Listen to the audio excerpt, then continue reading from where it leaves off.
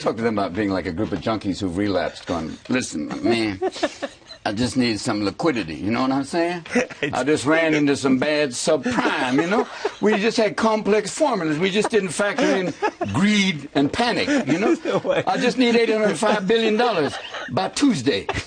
Yeah, no, seriously. No, I would not screw you again. This is the late, great comedian Robin Williams on the banking industry. It's pretty crazy. I've learned my lesson. No, baby, this is not like the other time. No, seriously, just throw me a bad here, baby. Just give me, help me out. Just give me a little bit. Yeah, just a taste. That's all I need is a taste. I need $2.5 trillion. I'll pay you back. Get me through 1 week. Yeah, it's like they're going to print out a new $20 bill. The new Geithner $20 bill will be, instead of "In God We Trust," it'll just say "Trust me," and it'll be the little man from Monopoly going like that. This clip has made the rounds again via his thoughts on the 2008 financial crisis. So the wage support in entitlement spending, which is which is most of the federal spending is entitlements. So that's like the big one to eliminate, because that's the sort of $500 billion, maybe $700 billion a year. That is also a mechanism by which the Democrats attract and retain illegal immigrants by essentially paying them to come here, yes, and then turning them into voters. Yes. So this is why the Democrats are so upset about the situation. Aside from, as Bill Burr would put it, his laminated face and hair plugs, Elon Musk is spewing nonsense here, while he, along with Donald Trump, are intentionally tanking the economy, in my opinion. I think we're really, what we're adding here is caring and competence. And there's a massive amount of fraud of basically people submitting Social Security numbers for Social Security benefits, unemployment, Small Business Administration loans, and medical, where those are fake Social Security numbers, or they've stolen somebody else's Social Security number, and we're trying to put a stop to all of that.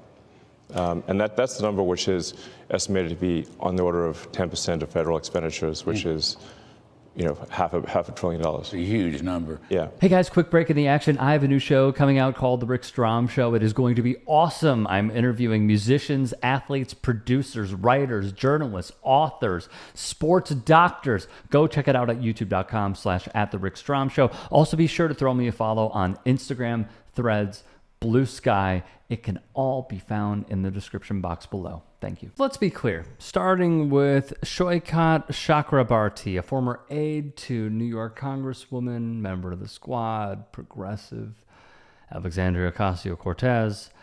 He is running to unseat Nancy Pelosi. And by the way, you should absolutely vote for him if you have a vote in the race.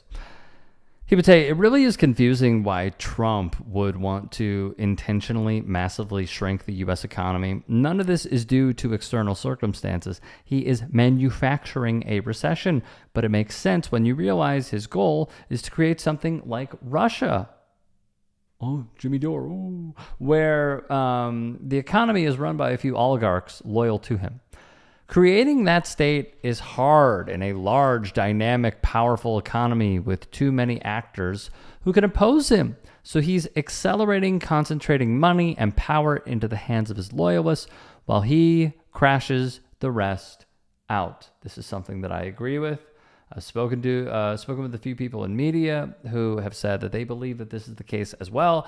So I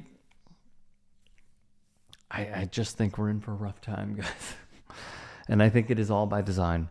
Crystal Ball will go on to say in a video on our Twitter, if you think back at the last economic crashes, both in COVID and in the 2008 financial crash, while initially everyone suffered, including the rich, out of both, the rich were able to buy up assets on the cheap and emerge even wealthier and more powerful than before. So in 2008, not only did they get their own custom bailout, but they were able to buy up housing stock at absurdly low prices.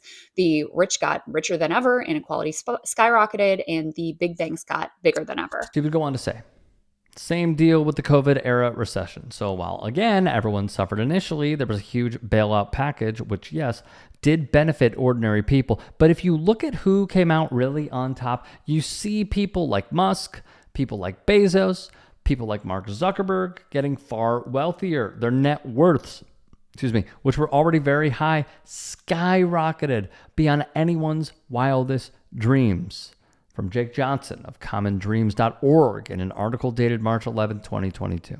During the first 2 years of the coronavirus pandemic, the collective wealth of billionaires in the United States grew by a staggering $1.7 trillion as COVID killed millions of people across the globe and threw entire nations into turmoil, worsening extreme poverty, hunger, and other pre-existing crises. More from Johnson. 704 billionaires in the U.S. now own more combined wealth than 165 million people in the bottom half of the country's wealth distribution. And you wonder why we are in the predicament that we are in right now. ADF Executive Director Frank Clemente was quoted as saying, "For billionaires, it's been 2 years of raking in the riches, while for most families, it's been 2 years of fear, frustration, and financial worry." I look at this and I think, what will it take? What will it take for us as a collective to unify? And I thought the labor movement was going to be part of that, but it hasn't turned out to be the case. And I think about this a lot. I think about it almost every single day. Why can't more people see that it is not necessarily a red and blue issue? It is the oligarchs against the working class issue. That is what it has continued to be. That is what it will remain to be until we find some common ground on this, until we organize, until it is community driven, and until we vote in people who will actually serve us instead of the culture wars. The culture wars do not matter in the grand scheme when your Social Security is cut, when your Medicare is cut, when your Medicaid is cut, when you can't afford your rent, when you have to sell off all your assets and downsize your home, when you cannot afford gas, when you cannot afford groceries, as those who run, for example, Kroger and other places, Whole Foods, continue raising the prices of goods that should not be raised. Did anybody see that video from the, Redbook, the Chinese app, where they are showing how much groceries are? You could buy a week's worth of groceries for $100, if that. If that, probably less. Maybe it's about 70. And the produce looks good. The food looks healthy. I don't know. I get frustrated with this stuff. Mainly, here's what I end on. Unity is the key. If you can and are willing, please become a paid member here at TYT Sports. And or go to tyt.com/join. In addition, you can follow me on Twitter, Instagram, and TikTok. Appreciate it. Have a great day.